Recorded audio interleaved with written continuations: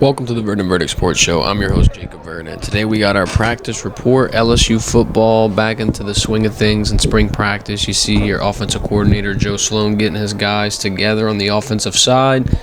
You got quarterback Garrett Nussmeier. Of course, you got quarterback Ricky Collins, but you got some new additions here in the quarterback room, and a couple people are going to be a little bit confused, but, transfer A.J. Swan from Vanderbilt's here, and then also number 16 is going to be freshman Colin Hurley.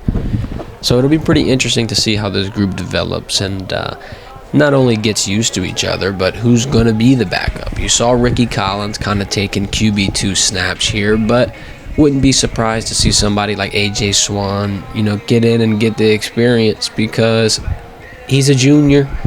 He's from the SEC. He's got a big build. He's 6'2". And I think, if Nussmeier, God forbid, went down with an injury, Brian Kelly and company could potentially be comfortable putting A.J. Swan out there with his multitude of weapons that we've seen today. Here's a little shot of Ricky Collins throwing to Shelton Sampson, wide receiver. It'll be interesting to see if he can get active. We're talking a lot about Chris Hilton. We're talking a lot about Kyron Lacey.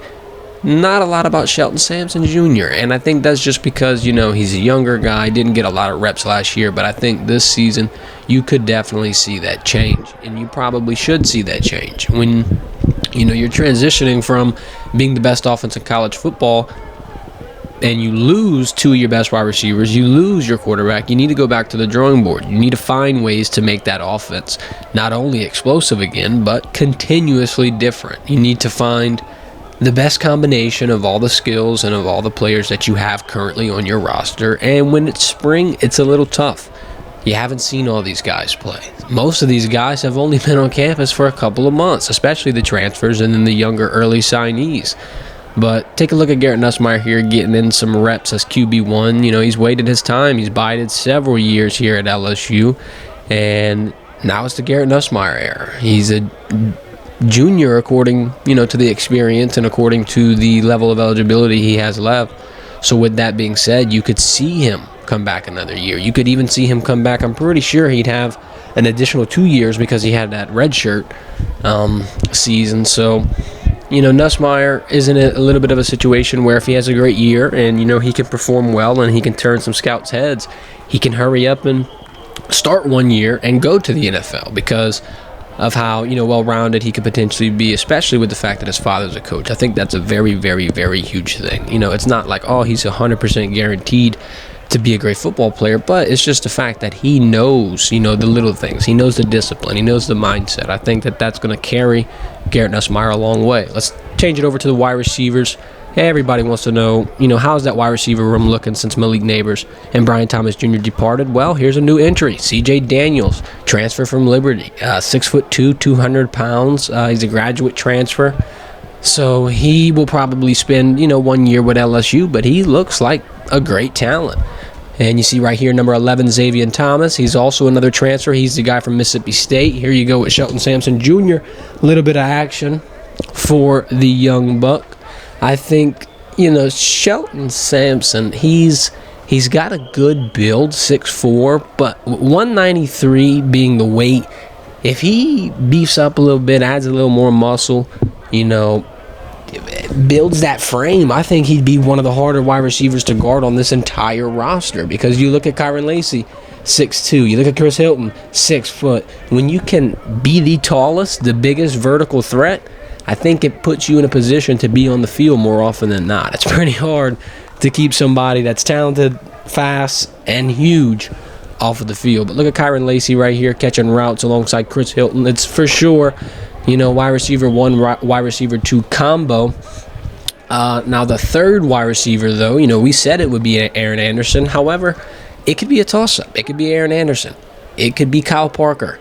It could be C.J. Daniels. It could be a variety of people because it looks like Cortez Hankton's room is deep.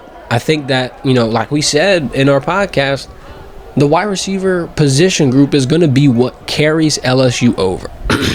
If you can continuously put in talent in this room like they're doing with the recruiting class of 2025, you see Decoria Moore, you see the number 2 and the number 3 prospects all come and take a visit this weekend as well. In addition to that, if you can continuously put in high-level athletes at a wide receiver position group, coached by someone like Cortez Hankton, coached by a coordinator like Joe Sloan, and even getting some, fine-tuning from someone like Brian Kelly. I think that this is the spot and this is the position where you'll have the most success. This is the wide receiver This is everything that a wide receiver really dreams of when they want to go play college football. I think LSU is going to be the destination for skilled players, and quite frankly, maybe college football recruiting as a whole. I think that is definitely something that needs to be considered, how big the recruiting impact has been since Brian Kelly has came over. A lot of people questioned if Coach Kelly was going to be able to transition to the SEC level recruiting, and I think he did great. I think he's doing great so far, and when you're ranked number one class of 2025 according to On3 Sports, it's pretty hard to deny. Look at Chris Hilton Jr. snagging a catch right there. You got Aaron Anderson right here. They're doing little curl routes, trying to see how they can break on a route, create some separation, come back to the ball, find it, secure it, of course. Here's a side of the offense where we don't really have question marks. We're pretty much, figured out at this spot. You see Josh Williams return, huge part of that room. He'll be a big veteran, and I think he'll kind of be a mentor to number 28, Caleb Jackson. I think that's my big guy that you'll have to keep an eye on this year. The 6 foot, 225-pound sophomore running back out of Baton Rouge is going to turn heads. He's already turned heads as of last year, trucking somebody in the Mississippi State game. But his power and his size, while being some of his best qualities, I think his number one attribute will be his speed, his change of direction. I think that he is almost just as quick as he is big, and it's pretty hard to argue that he's not the biggest running back out here on the field.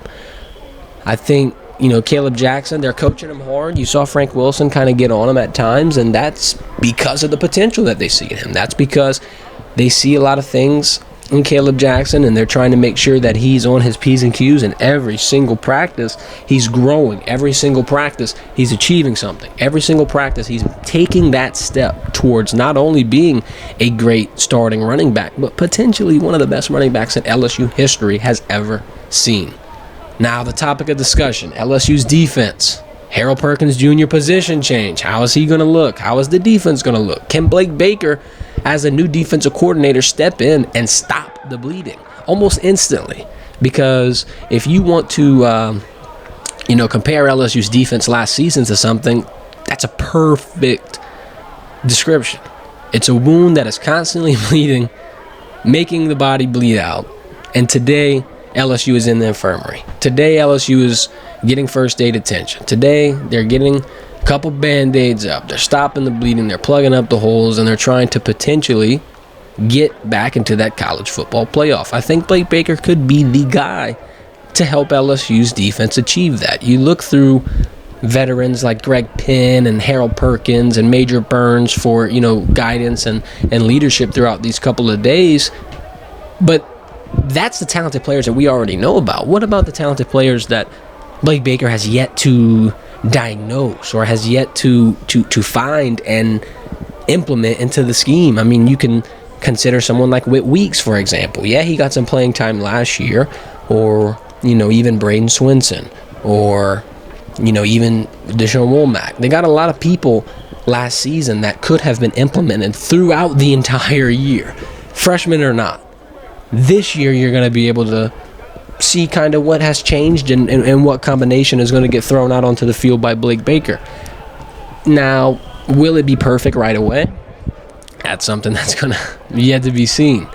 I would definitely think that this is going to be a patient, not rebuild, but a patient regrowing phase for LSU's defense, linebackers, DBs, D-line, the whole entire side of the ball. I think everyone's going to kind of gel into new roles. You lost a couple of big pieces, whether it be Mekhi Wingo, Mason Smith, even Andre Sam, I'd say, is a pretty big piece to last year's puzzle. So, you're going to have to find guys to step into those roles. You're going to have to ease them into those roles. You're going to have to show them responsibilities of those roles. What has changed, what's different, what they're going to have expected from them. And once you get that settled out, then you can kind of pluck in and out new combinations or new people or new backups or just new depth overall.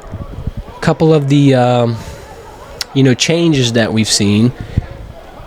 You got Jordan Gilbert. I think that any safety boost, like an Austin Osbury or, any DB depth that LSU can add throughout the offseason is needed. I think that that's the one position where everyone's eyes are going to be. Every fan's going to be wondering about the DB room. Every fan is going to be wondering if they're going to be able to hold their coverages or, how that's going to directly affect the game.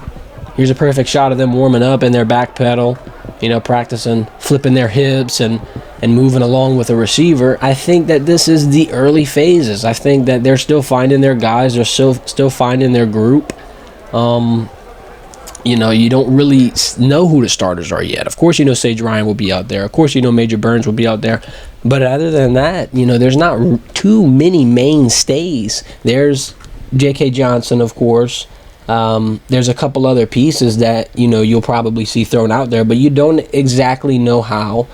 You don't exactly know if someone like Toviano is going to be able to get thrown out there. You think he would. 6'1", 208 pounds, had a good season last year, but then when you got people like Sage Ryan, when you got people like Major Burns, it's going to be a battle of subbing in and out. It's going to be a battle of finding combinations that gel well together. It's really going to be a battle of trial and error.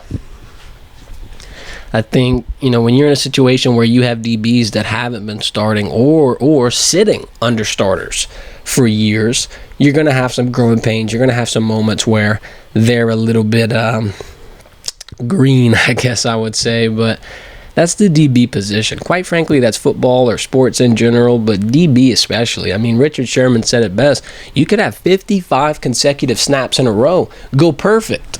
55 in a row. And then all of a sudden, boom, you give up one bad pass, you give up one bad play. And that's the end of the damn world. Everybody's pissed. Everybody's upset. But I think, a little bit of slack could be cut for the DBs.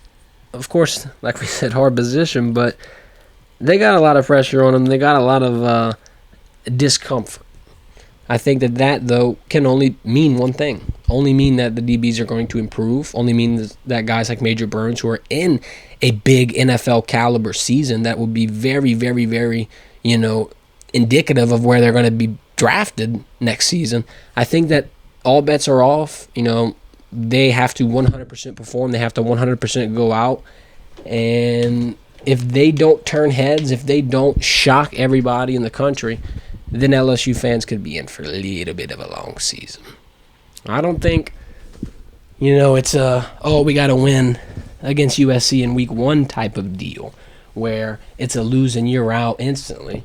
But I think, if you see them drop and only win 10 games or, they're finishing the regular season with 8 to 9 wins, I think people are going to start to get a little antsy. People are going to get, we don't want to see this over and over again. We don't want to see us barely miss the playoffs. We don't want to see us barely get into a bowl game that nobody's really excited about. While it's been a good 2 years, while the double-digit win seasons with what Brian Kelly has inherited is very impressive, and I'm not going to take it for granted. I'm definitely expecting in year 3 a big step up.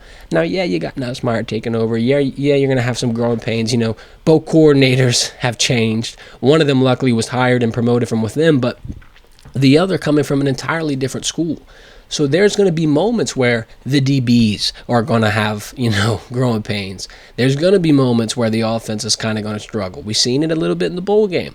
But what we saw in the bowl game as well was the team rally, grow, figure out, and adjust. I think that's all going to be very important. Adjustments, growing, learning. It's still very, very, very early in the BK era. Ironically enough, if you'd like to admit it or not, I think, he's still got some time left. I don't think this year ending without a national championship would be make or break. I think this is more so get into the 12-man playoff, show everybody that we're competitive, and then build from there.